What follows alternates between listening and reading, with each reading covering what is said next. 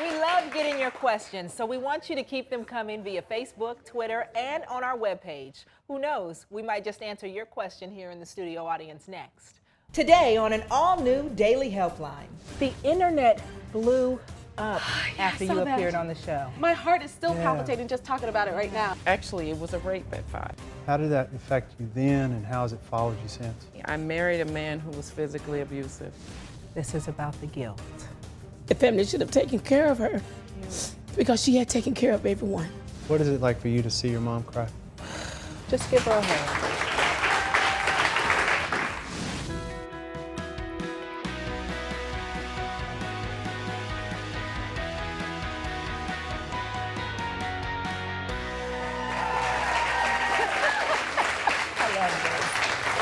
Hello and welcome to the Daily Helpline. I'm Miles Edcox. And I'm Spirit. We had such an amazing time with this multi-talented actress that we couldn't help but welcome her back to the stage. I want you guys to give it up for someone that I am just in love with, Miss Tisha Campbell-Martin. Welcome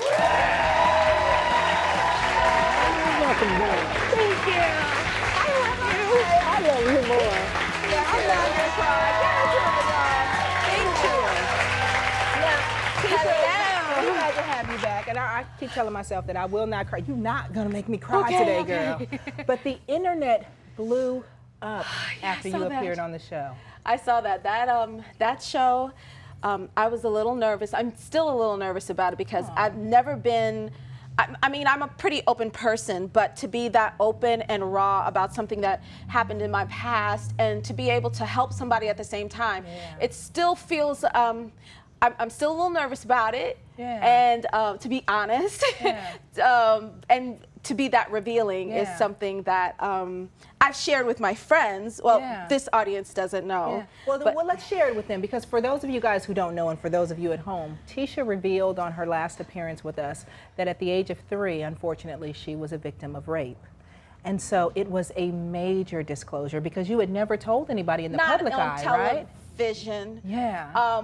But yeah, no, my family and close friends know. But I never put myself in a position to be like a victim of that particular circumstance. You know, if I sat in it and dwelled in it, then I wouldn't be where I am today, because I really feel like without forgiveness of even that person, because I really do honestly forgive that person. And you know, we were talking earlier about that same subject, you know, just learning how to forgive even with something that was a crime to you is freeing. And you know, I thought it was incredibly brave, and I've experienced that some just on this show and just in everyday life where I share something, and then about 10 minutes after and a day later and a week later, I have what I call a vulnerability hangover.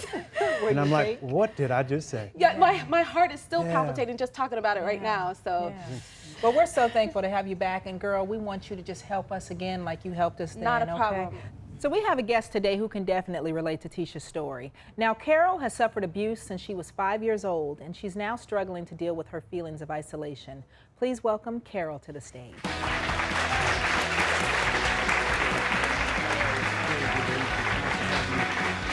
get to hug you. Thank you so much for joining us. Carol, welcome. Thank you so much. Yeah, Wow. 3. I've always thought 5 was probably the youngest, I have to say. Sorry. Oh, 3. No, it's okay. It's okay. That's the first I heard. I apologize. No, that's all right. I know you suffered abuse at 5 and experienced that until when? Actually, it was a rape at 5. It was one time. Then there was physical abuse, beatings, very bad, till I was like 15 or 16. So the emotional and physical abuse continued. The sexual was once. That feeling of not being safe. Right. How did that affect you then, and how has it followed you since?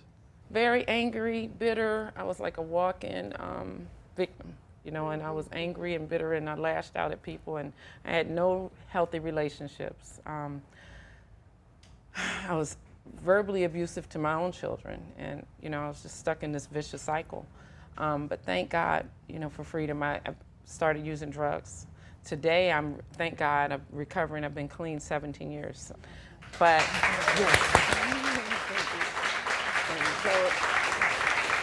So that was the first step to freedom. And there I found out about forgiveness, and I heard you speak about that.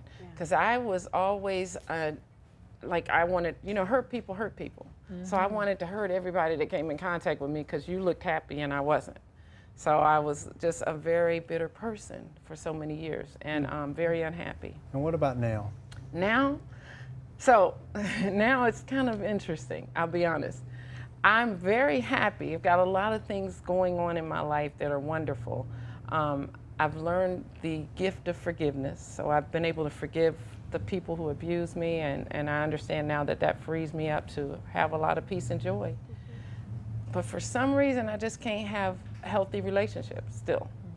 And I don't understand what that is. And so I still feel very alone and isolated. I try to make friends, and I can't seem to develop relationships. People don't seem to want to stay around, just bottom line.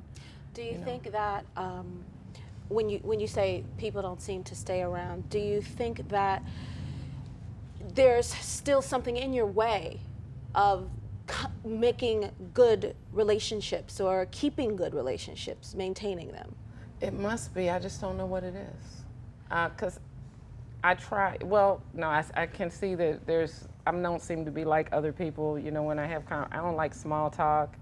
You know, I seem to be different, and I know that that's from childhood, but I don't know. I don't know what it is, because I love people. Like, I'm not the bitter person that I used to be. I'm not angry and envious like I used to be. Right. So it's something, but I don't know what. You know? You know, it's interesting. You have to, I think, too, still, you may have forgiven the person who has hurt you, but I think you also have to take a minute and really forgive yourself for all of the guilt, all of the things that you may have thought you did to bring this to you. Because a lot of times when stuff like this happens, and I said this the last time, you get into a pattern of, well, what did I do to do this? Well, first of all, you have to realize and look at it from a positive standpoint that you are the light. You are a light, and your spirit is a light. And so sometimes people who can't have that same light, and this is how I looked at it, attract themselves to you and try to steal it from you. Now, given the givens, you did the very best you could with what you have. That's what you have to keep saying to yourself every day. Given the givens, I did what I could with what I had, and now today is a new day. Right. Today is a new day, and you have to figure out, and I'm sure he can help you, both of them can help you figure out a better way to have good relationships. Because first you got to forgive yourself. You know, true. And then you can take the step into having and bringing people inside of your circle and keeping them there and having a healthier relationship. Yeah. But first have a healthy relationship with you. Yeah, and I think, and that's the part, it's the having that. You're absolutely right. It's the having the healthy relationship with yourself, and then being real about all the things that you bring to the table. Because see, I never believe that anything happens without the signs being there. You know, when friends leave us, they told us along the way why they were leaving. That's when right. partners leave us, they've told us along the way because they try to give us a chance to get it right. So when I hear you say, I don't know what it is, people just don't stay, I wonder, what is it that you may have missed when they said, this is what you're doing, that you didn't make those changes? I guess of course, I'm not perfect. Of course. Right, but I believe that people who are really your friends will, because I'm a ride or die person. If you're my friend, and I say I'm your friend, I'm not gonna just walk out the first time there's a problem. Do you have any friends? I had a friend who was my friend for she's almost 10 years, and we were very close. But at three different times, she stopped talking to me. And the first time, she never told me why. She didn't talk to me for a couple of years. And then we became friends again, and she told me it's because she heard someone else told her. Then the second time, she stopped talking to me because she said I was very self-centered when we went on a trip together, and I got on her nerves. The third time, which was last December, she hasn't given me a reason. But interimly, she told me that I don't stay still long enough to nurture relationships, that I'm always going because I move so much and I travel so much that I'm not around long enough to nurture a relationship. How profound might that be? Because see, when I hear between the lines, what I hear is you're not available to a friendship.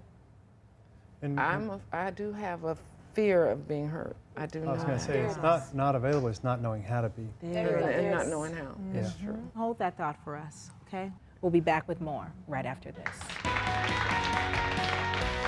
Coming up. Talk to me from the place of pain. The pain is just feeling alone, and I've had times when I felt like I'd rather not live than be unloved. We love getting your questions, so we want you to keep them coming via Facebook, Twitter, and on our webpage. Who knows, we might just answer your question here in the studio audience next.